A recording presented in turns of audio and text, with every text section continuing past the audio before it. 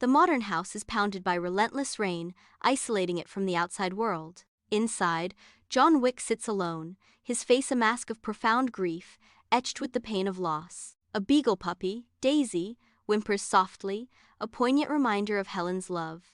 The silence amplifies the emptiness, broken only by the storm and the puppy's soft cries. Each raindrop mirrors the tears that John Wick can no longer shed, a constant, mournful echo. In the heart of the storm, John Wick is surrounded by the ghosts of memories, each one a fresh wound. Under the cloak of night, John cruises down the deserted street in his Mustang, the only sound the quiet hum of the engine. Daisy sits silently beside him, a world away in her thoughts as she gazes out the window, her face partially hidden in shadow. He glances at Daisy, hoping to find some solace in her presence. The city lights streak past, reflecting in Daisy's eyes, mirroring the turmoil within. John's grip tightens on the steering wheel, his knuckles white against the worn leather. The Mustang presses on, cutting through the quiet darkness, carrying two souls lost in their own worlds. In the stark isolation of a night-cloaked gas station, John fills his car, unaware of the danger lurking just beyond the reach of the dim, flickering lights. A sleek black SUV invades the scene, unleashing a pack of Russian mobsters led by the swaggering Iosef Tarasov, who oozes arrogance with every step. Iosef's chilling proposal hangs in the air. "I like your car, I am willing to buy it." John's firm refusal, "It's not for sale," meets Iosef's veiled threat. "Everything is for sale, with the right price.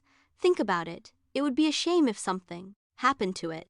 Under the veil of night, John and Daisy slumber peacefully, unaware of the impending storm. The sanctity of their home shatters as Iosef and his men brutally storm into the room, masks concealing their malicious intent. John is dragged from his bed, his resistance futile against the overwhelming force of his attackers. Daisy cowers in terror as Iosef raises his weapon, the sickening sound of violence echoing through the room as she falls. John lies broken amidst the chaos, his heart shattered by the loss of Daisy and the violation of his home. The Continental Hotel lobby hums with restrained power, a haven for shadows. John's voice cuts through the murmur.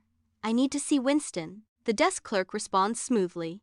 "Of course, Mr. Wick, he's expecting you." John nods, his gaze unwavering as he steps into the elevator. Winston's office exudes wealth and danger, thick with the scent of expensive cigars. Winston greets him. "John, always a pleasure." The Red Circle Club pulses with frenetic energy. John, a specter of resolve, infiltrates the throng. Iosef, encircled by towering bodyguards, becomes John's singular focus across the chaotic dance floor. John surges forward, an unstoppable force amidst the revelry, his path set on retribution. A maelstrom of violence erupts as John dismantles security with cold, calculated strikes. Bodies crumple as John advances, a relentless warrior dismantling Viggo Tarasov's defenses. In the heart of the Red Circle Club, a brutal fight explodes. John corners Iosef, only to be met by Viggo's men. Despite his wounds, John's determination remains unbroken. Against all odds, John escapes the chaos of the Red Circle Club. The doctor's office is shrouded in dim light, long shadows stretch ominously across the room. John sits hunched on the examination table, a figure of silent suffering. The doctor threads sutures through John's wound, face impassive, movements precise. Each stitch is placed with cold expertise, devoid of emotion. No questions asked, no judgment passed, a silent acknowledgement of John's standing.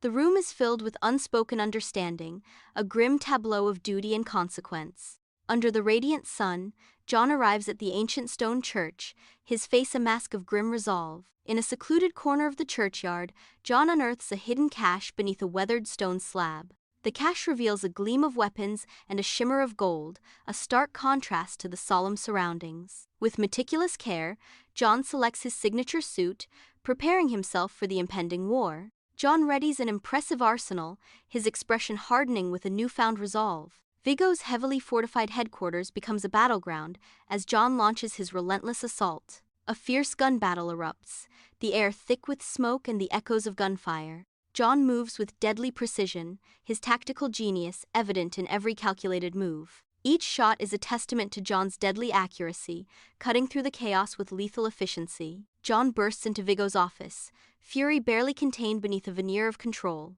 Viggo, seated regally behind his imposing desk, observes John with shrewd calculation. Viggo's eyes glint with dangerous amusement as he invokes John's dreaded title, Baba Yaga, the Boogeyman. The air crackles with a palpable tension, thick and heavy as a shroud. In a sudden, decisive move, Viggo evades John and vanishes through a hidden exit. Within the Continental Hotel, Viggo's cold fury ignites as he slams his hand on the bar, a blatant challenge to the sanctuary's ancient laws. Winston watches with icy control, his simmering anger masked by a composed exterior as he witnesses the irrevocable violation. The digital display flickers ominously to life, casting a stark glow as John's bounty is broadcast to the city's underworld. John is now marked, his fate sealed as he becomes the prime target for every assassin lurking in the sprawling city. The Continental Sanctuary is shattered, its sacred rules violated as the city's deadliest converge on a single marked man. A storm of assassins prepares to descend, drawn by the promise of blood and the allure of the bounty now hanging over John. The tranquility of John Wick's hotel room is shattered as Miss Perkins storms in, guns blazing. Amidst the chaos, John Wick swiftly takes cover, returning fire with deadly accuracy. The room transforms into a battleground of bullets and fists, furniture and glass falling victim to the brutal conflict. With cold fury burning in his eyes, John Wick pins Miss Perkins against the wall, demanding, "Where is Viggo?" In the solemn ambiance of the Continental, John stands before Winston, his posture a study in respect mingled with resolute determination. Winston listens with an inscrutable expression as John recounts Miss Perkins's transgression, the weight of unspoken words hanging heavy in the air. Winston nods slowly, absorbing the gravity of the situation, his silence more telling than words. With a subtle gesture, Winston sets in motion a silent decree. From the shadows, figures emerge, their movements precise and efficient, harbingers of inevitable consequence. Winston's voice cuts through the heavy atmosphere. The Continental's rules are absolute, consequences must be enforced. Under the harsh glare of floodlights, the helicopter pad becomes a stage for a deadly confrontation. John demands, his voice cutting through the night, "Where is Iosef?"